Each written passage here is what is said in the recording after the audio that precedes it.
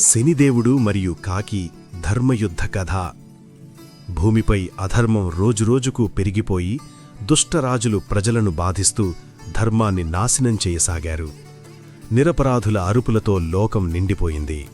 ప్రజల బాధలను చూసిన దేవతలు అందరూ కలిసి న్యాయం మరియు కర్మ ఫలితాల దేవుడు అయిన శనిదేవుణ్ణి ప్రార్థించారు. వారి ప్రార్థనలకు స్పందించిన శనిదేవుడు ఆకాశాన్ని చీల్చుకుంటూ మహాదివ్య కాంతితో ప్రత్యక్షమయ్యాడు. తన విశ్వాసమైన వాహనమైన పవిత్ర కాకిపై ఎక్కి ధర్మాన్ని రక్షించేందుకు యుద్ధభూమి వైపు ప్రయాణం ప్రారంభించాడు. యుద్ధభూమికి చేరుకున్నప్పుడు దుష్టసైన్యం అహంకారంతో నవ్వుతూ, "నువ్వు ఒక్కడివే, మమ్మల్ని ఎలా ఓడిస్తావు?" అని సవాలు విసిరింది. కాని శనిదేవుడు ప్రశాంతంగా, "ధర్మం ఒక్కటే సరిపోతుంది" అని సమాధానమిచ్చాడు. వెంటనే కాకి వేగంగా ఆకాశంలో ఎగురుతూ శనిదేవుడికి సహాయం చేసింది.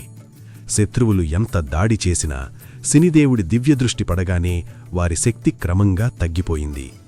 తన దండాన్ని పైకెత్తిన శనిదేవుడు కర్మశక్తిని ప్రదర్శించగా మెరుపులు మెరిశాయి.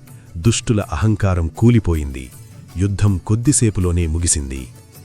యుద్ధమనంతరం లోకాల్లో మళ్లీ శాంతి నెలకొంది. ప్రజలు ఆనందంతో శనిదేవుణ్ణి ప్రార్థించారు. అప్పుడు కాకి వినయంగా, "ప్రభూ, మీరు వారిని నాశనం చేశారా?"